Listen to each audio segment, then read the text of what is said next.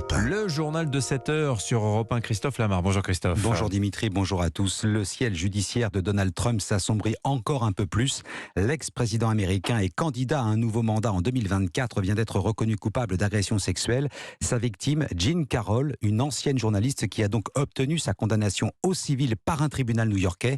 Si Donald Trump échappe à la prison, il devra lui verser 5 millions de dollars de dommages et intérêts. Anne Toulouse, correspondante d'Europe 1 aux États-Unis. 30 ans après des faits dont la plaignante a oublié la date exacte et en l'absence de témoins, il était difficile d'établir l'accusation de viol. Dans la mesure où il s'agit d'un procès civil et non pénal, le verdict reposait sur la crédibilité de Donald Trump et celle de Jean Carroll, qui l'accusait d'avoir abusé d'elle dans une cabine d'essayage. Il a fallu moins de 3 heures pour que les jurés soient unanimes à reconnaître la validité d'une partie de la plainte. L'ex-président a subi les conséquences de sa réputation et de son attitude. Il a préféré ne pas comparaître lors du procès et a multiplié les attaques verbales contre son accusatrice. Même s'il a évité le pire, c'est la deuxième fois en 5 semaines qu'il est reconnu coupable dans une affaire à caractère sexuel. Le 4 avril, il avait comparu devant un juge pour avoir dissimulé des paiements destinés à acheter le silence d'une actrice de film pornographique avec laquelle il aurait eu une aventure. La multiplication des poursuites engagées contre lui, qu'elles soient personnelles ou politiques, commence à peser lourd sur son statut de candidat à l'élection présidentielle de 2024. Anne Toulouse, correspondante d'Europe 1 aux États-Unis et première réaction de Donald Trump, ce verdict est une honte. Son équipe de campagne annonce qu'il va faire appel. À Djerba, en Tunisie, une attaque par balle fait 4 morts, dont 2 fidèles d'une synagogue. Un Français de 42 ans figure parmi les victimes. L'auteur des tirs est un gendarme qui a d'abord abattu l'un de ses collègues avant de s'en prendre aux visiteurs de la synagogue. Il a été tué lors de l'intervention des forces de l'ordre. Retour en France, Gérald Darmanin tape du poing sur la table. Il demande au préfet d'interdire toutes les manifestations de l'ultra-droite après celle de samedi dernier. Des manifestants cagoulés, habillés de noir et porteurs de drapeaux ou symboles fascistes. La scène a suscité émotion et incompréhension. Comment un tel défilé a-t-il pu battre le pavé au vu et au su de tout le monde?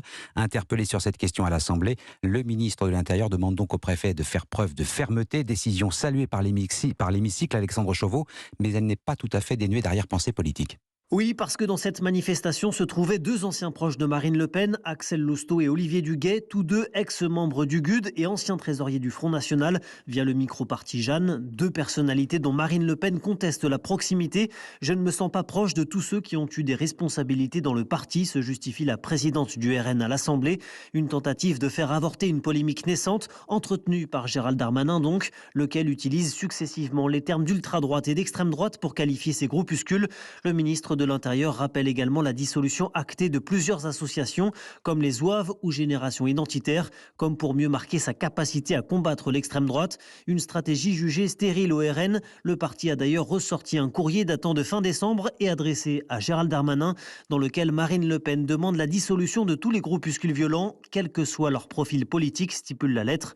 Manière une nouvelle fois de prendre ses distances avec ces associations d'ultra-droite au moment où le parti poursuit sa stratégie de notabilisation. Alexandre Chauveau du service politique d'Europe 1. L'exécutif part donc en guerre contre la fraude fiscale. Dans le viseur, les ultra-riches et les multinationales. Le ministre des Comptes publics veut notamment s'attaquer à ce qu'il nomme la zone grise de l'optimisation fiscale. Les plus gros contribuables et les grandes entreprises y ont souvent recours, bien aidés par les cabinets d'avocats dont c'est le métier. Au départ, c'est tout à fait légal, mais en poussant la réduction d'impôts à l'extrême, on peut basculer dans l'illégalité. Pour le fiscaliste Éric Pichet, les entreprises cherchent d'abord à profiter de l'écart de fiscalité entre les pays. Les multinationales peuvent être tentées de vendre des biens ou des services à leurs filiales basées dans un pays à faible imposition à un prix qui est exagérément élevé et accroître le bénéfice dans les pays où les taux d'imposition sont faibles. Du coup, ça réduit les impôts à payer en France. On peut considérer qu'il y a un abus ou de la fraude à partir du moment où le prix de vente des biens ou des services ne correspond pas au prix réel du marché. Alors le gouvernement, lui, ce qu'il cherche, c'est accroître les recettes fiscales en France. Mais c'est un plan qui aura sans doute beaucoup moins d'impact que l'impôt minimum de 15% partout dans le monde qui devrait rentrer en vigueur en 2024. On attend pour ce simple plan entre 5 et 10 milliards d'euros de recettes fiscales supplémentaires pour l'IS en France. Éric Pichet, professeur de fiscalité à la Cage Business School avec Margot Faudéré. Cet impôt minimal de 15% mondial, son artisan, son grand ordonnateur s'appelle Pascal Saint-Amand. C'était l'ancien directeur fiscal de l'OCDE. Justement, il sera avec nous dans moins de 10 minutes sur Europe 1. On le fera réagir à ce plan de lutte contre la fraude fiscale déployé par Gabriel Attal. Gabriel Attal qui sera par ailleurs à midi, je vous le rappelle, sur Europe 1, dans le studio d'Europe 1 avec Romain Desarbres entre midi et 13h. Nous partons à présent à Marseille, un mois après l'explosion de la rue de Tivoli. Une grande majorité des habitants ne sont toujours pas rentrés chez eux. Le drame avait fait 8 morts et détruit 2 immeubles. Au total, plus de 300 habitants ont dû quitter la rue de Tivoli. Mesures de sécurité obligent. Certains ont pu regagner leur domicile. D'autres, c'est-à-dire une grande majorité, effectivement, attendent toujours de pouvoir les imiter. Reportage du correspondant d'Europe 1 à Marseille, Stéphane Burgat. Impossible de récupérer ses affaires, Étienne est un des locataires du 19 rue de Tivoli, bâtiment éventré et désormais stabilisé par un étaiement complexe. Moi j'ai toute ma maison en suspens en l'air parce que je suis au dernier étage et donc je peux pas me projeter. J'ai ce que j'avais sur moi le soir même, depuis un mois. Et s'il attend nerveusement de pouvoir accéder à son logement, c'est pour récupérer ce qui peut l'être et tirer un trait définitif sur ce quartier. Il y a eu des morts à 3 mètres de chez moi, non j'ai pas envie de revenir là. On est tous traumatisés, on va tous voir des psys, on est beaucoup sous cacheton, c'est difficile comme événement et puis nous on se construit avec comme on peut. Pour sa part propriétaire depuis 3 ans seulement, Mathilde est forcée de voir les choses autrement. Alors oui, elle reviendra vivre ici avec sa famille, mais quand ? On attend la sécurisation des immeubles de rue de Tivoli. Et puis même dans notre logement principal, il y a pas mal de dégâts. Beaucoup de fenêtres cassées, il y a des gravats, il y a des travaux à faire. Nous, notre délai optimiste, c'est que pour la rentrée des classes en septembre, on soit chez nous. Et l'autre temps long sera celui des assureurs, déplorent les délogés qui se sont regroupés en collectif pour faire face. Marseille, Stéphane Burgat, Europe 1. Le football avec les demi-finales allées de la Ligue des Champions. Match nul 1-1 hier soir entre le Real Madrid et Manchester City. Derby milanais au programme ce soir avec l'AC Milan face à l'Inter Milan à 21h. À suivre en direct, bien sûr, sur Europe 1. Et puis l'inquiétude des fans de Stromae. Le chanteur vient de mettre fin à sa tournée. Oui, annulation de tous les concerts restants pour raison de santé. L'état de l'artiste semble de plus en plus préoccupant. Guillaume Dominguez. Oui, dans un communiqué paru en milieu d'après-midi, Stromae parle d'une dégradation de sa santé qui ne lui permet pas de monter sur scène.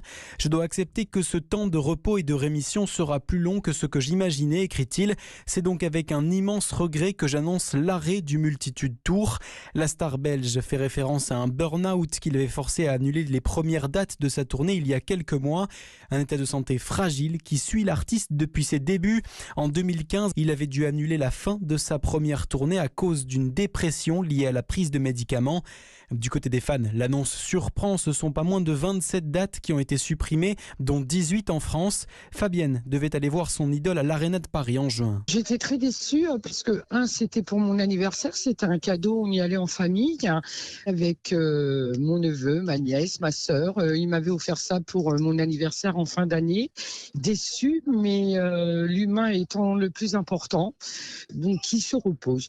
Je lui souhaite beaucoup de repos surtout. Et sur Twitter, c'est une vague de messages de soutien que les fans ont adressés à l'artiste en réponse à son annonce d'annulation.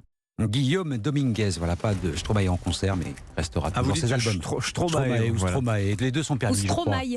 Ou Stromae aussi, ouais. C'est vrai, 3 versions possibles. Merci beaucoup Christophe Lamar. Allez, on vous retrouve tout à l'heure pour le journal à 8h30. Il est 7h09 à suivre.